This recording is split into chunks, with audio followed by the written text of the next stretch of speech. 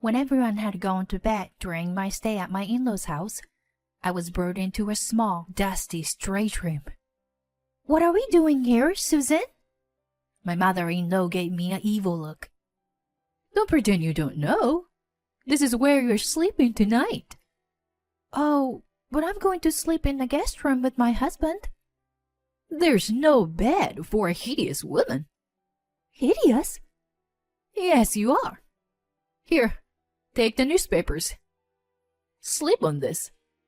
Susan took a bundle of old newspapers in a corner of the shed and shoved it to me with a smirk. Why? What did I do to deserve such treatment from her? I felt the back of my nose burning with anger and sadness. I had no choice but to answer in a trembling voice. "Understood." After she left, I tried to get out of there, but it seemed something was propped against the door and it didn't budge. Giving up, I spread a newspaper on the cold, dusty wooden floor and sat down to cry. I couldn't stand it anymore. I would have rather left my husband than be treated like that. Just as I was agonizing, I heard a rattling sound outside, and the door suddenly opened. Standing there was an unexpected person. "My name is Joy. I'm 27 years old. I met my husband Jarvis at work and fell for his affectionate and honest personality. After 2 years of dating, we got engaged. Before visiting his family for the first time, he gave me a heads up.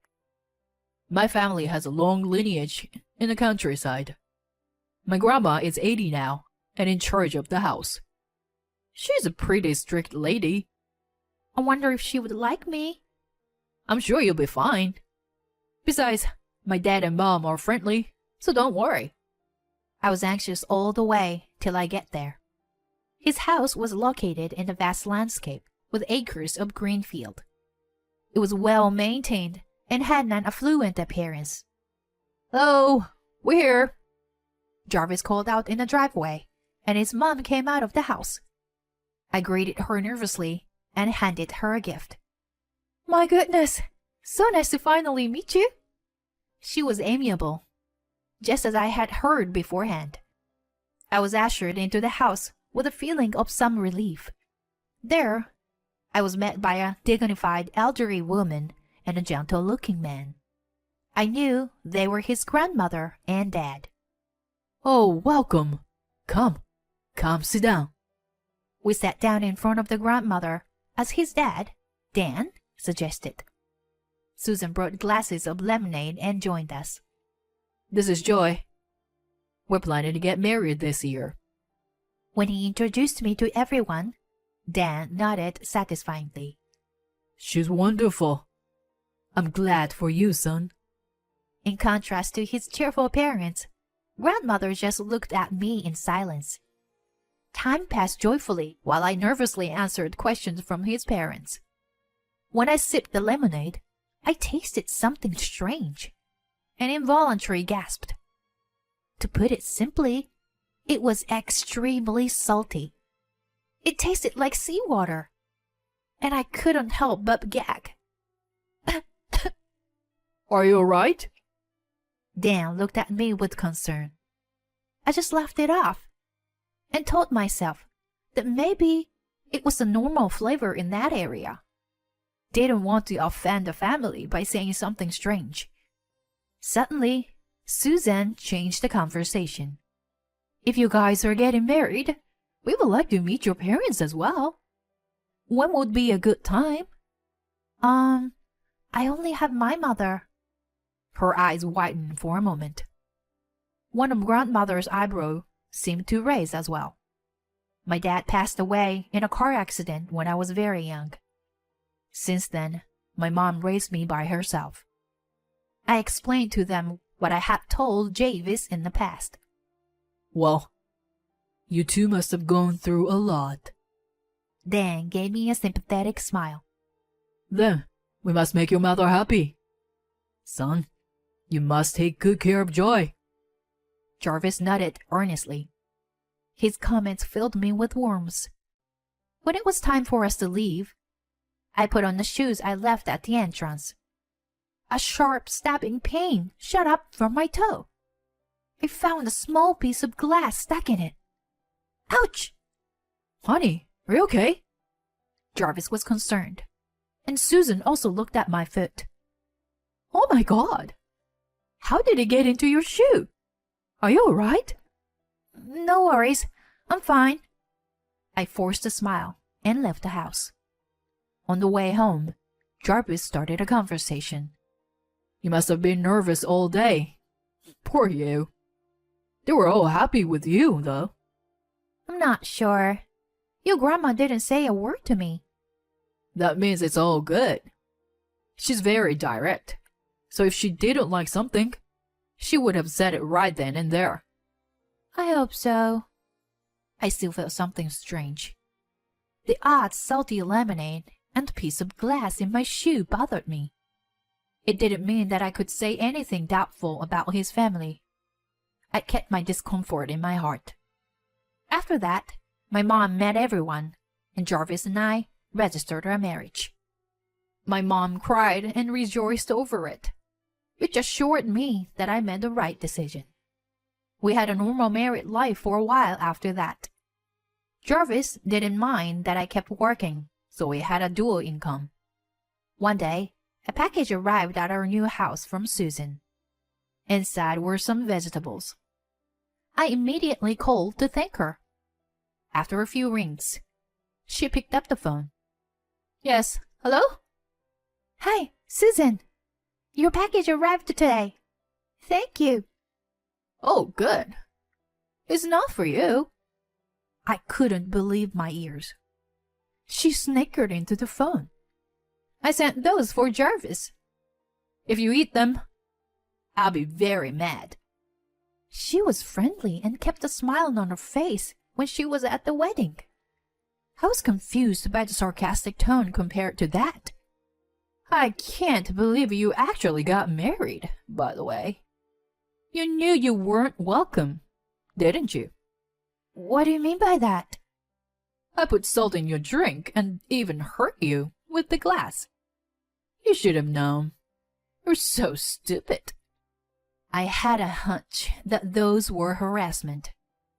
I was stunned by the shocking revelation, but she continued to press the point.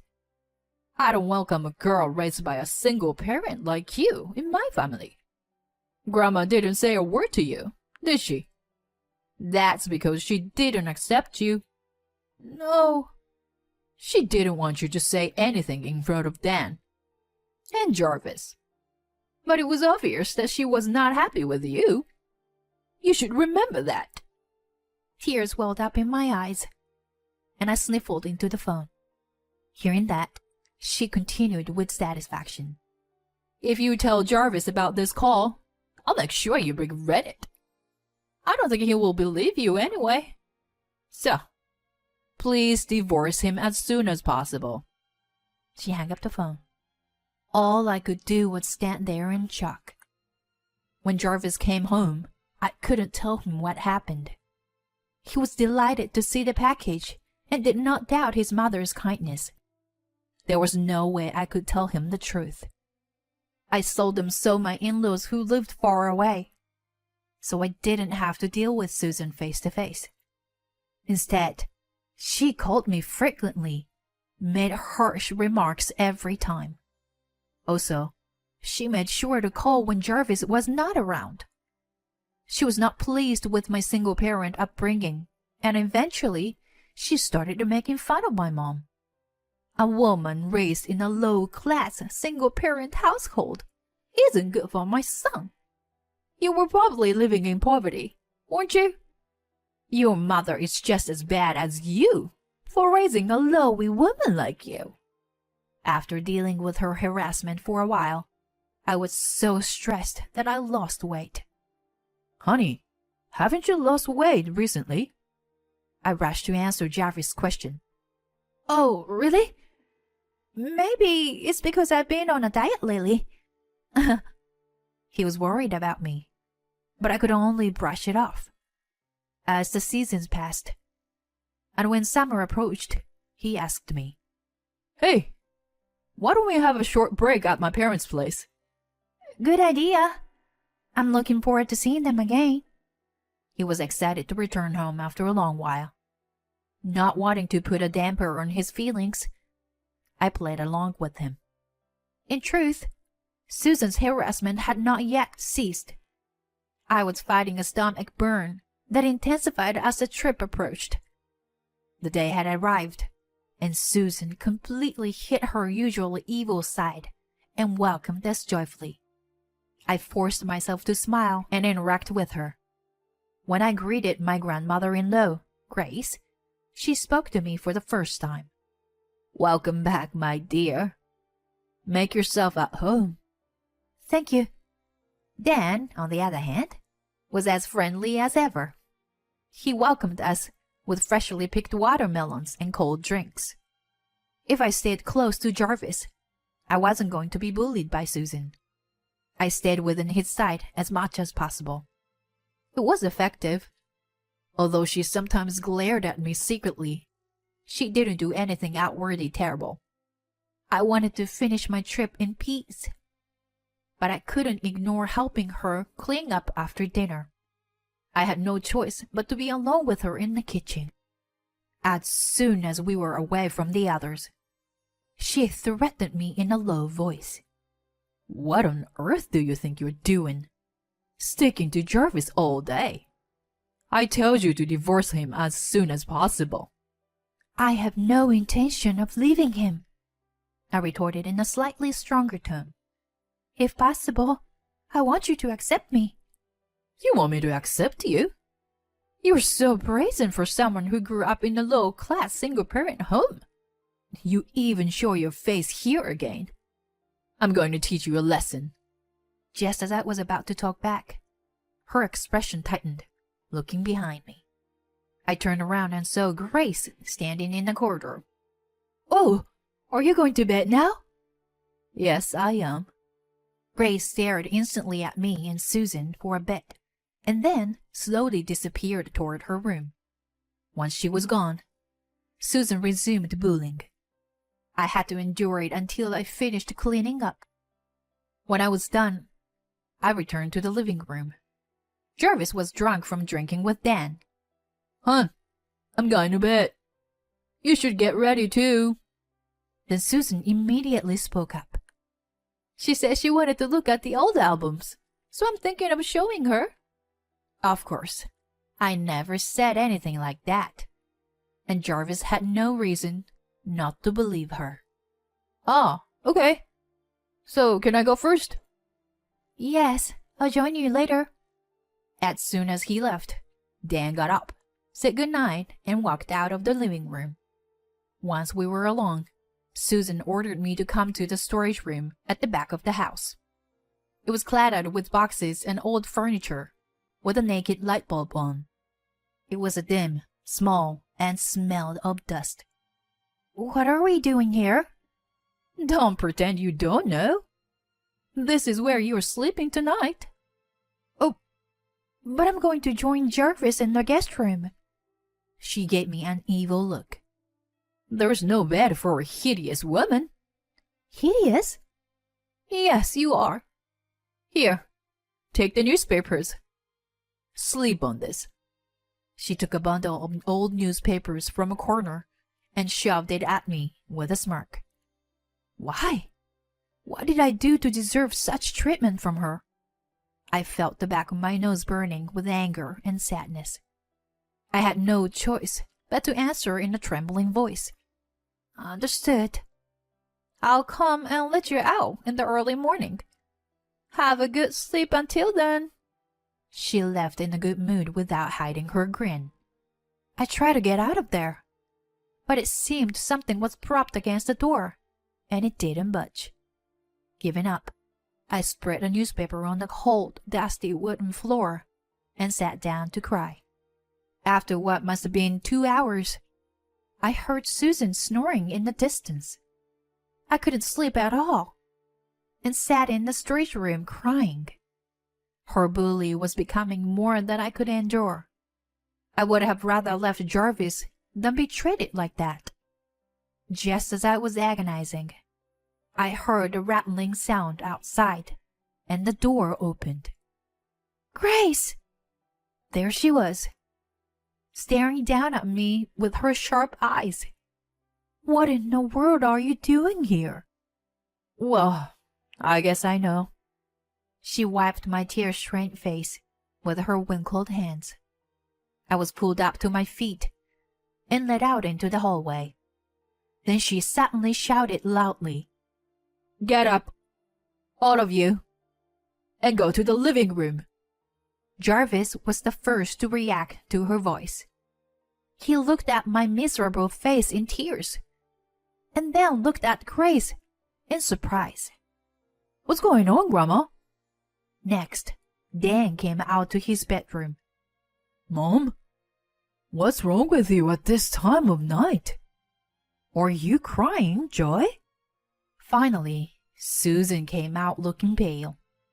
When everyone gathered in the living room, Grace sat at the head of the table and urged me to sit next to her. Jarvis and Dan looked confused. Dear, tell us honestly what was done to you today. She spoke in a stern voice. But don't worry about anything. Just tell us. Okay. Susan told me that there was no bed for a hideous woman like me. She gave me a bundle of newspapers and locked me in the storage. Jarvis was astonished. She's been harassing me all this time. She called me a low-class single-parent child. She even made fun of my mother, which was really hurtful. That's outrageous. You, Susan, what are you thinking? Dan grimaced at her, but she could only tremble her lips. Grace said to Dan, It's all true. I found her in the street. I also heard with my own ears Susan saying terrible things to her in the kitchen after dinner. Dan and Jarvis stared at Susan in shock. Grace glared and yelled at her. What do you have to say about single mothers? I raised Dan with my own hands alone too. She's a decent girl, you know. How could you do such a terrible thing to her? You are the hideous one. Then Susan took off the mask of a good wife and wise mother she had been wearing and screamed hysterically. Shut up! Shut up, all of you! It's your fault. You and Jarvis have been flattering her. She's a stupid bitch who grew up in a single-parent home. Hey! Dan tried to stop her, but she kept ranting. Just throw her out of her house right now. I despise her. I am more important to you guys than this woman, right? Then Grace shouted at her to be quiet, and the room fell silent at once. She turned to Dan. You see, this is who you have been married to. I've been warning you for a long time, haven't I? Mom. She's all about appearances. But what she actually does is spiteful. I have never seen such a malicious woman. I don't intend to share the house with her anymore. If you don't want to get rid of her, you two need to live together. Dan turned to Susan with a red face. You have always been self-centered. But I never thought you could be this cruel. Now that I know your true nature, I can no longer see you as a wife. What are you talking about? I'll give you some money for the time being, but I want you out of here tomorrow. She couldn't hide her surprise to see him with an unlikely stern attitude. She turned to Jarvis with pleading eyes. Your father is being horrible to me. Say something to him. Give me a break. His normally mild voice had a threatening tone to it, which made her jerk. What did you do to my loving wife? I will never forgive you. I don't want to be in contact with you from now on. Don't ever show your face to me. Oh no! Her knees gave up, and she fell to the floor. Everyone looked at her with disdain, and no one consoled her. Instead, Dan and Jarvis apologized to me repeatedly. I also apologized to them for not telling them about her sooner. And so the night turned into dusk, and Grace and Dan saw us off in the morning. Right before we left, Grace said to me, "This is your home too. When you come back next time, she'll be gone, so don't worry." I nodded and gave her a tight hug, then got into the car. I was told that Dan later divorced Susan. He had been fed up with her self-serving and inconsiderate way. They were able to divorce with only the minimum division of property. After being kicked out, Susan was also turned away by her parents, and she was forced to live alone in a smart apartment. She's been a housewife for a long time, but now she has a part-time job. She must be struggling to adjust to the new life. She will probably spend lonely golden years alone, but it's all her fault. I, on the other hand, have been relieved from my stress, and to my surprise, I am pregnant. Since the instant, Jarvis has become even more affectionate to me. Dan and Grace have been very caring as well, so I've been able to enjoy a relaxed pregnancy. I will go back and show Grace her great-grandchild once the baby is born. Right now, I am genuinely looking forward to going there.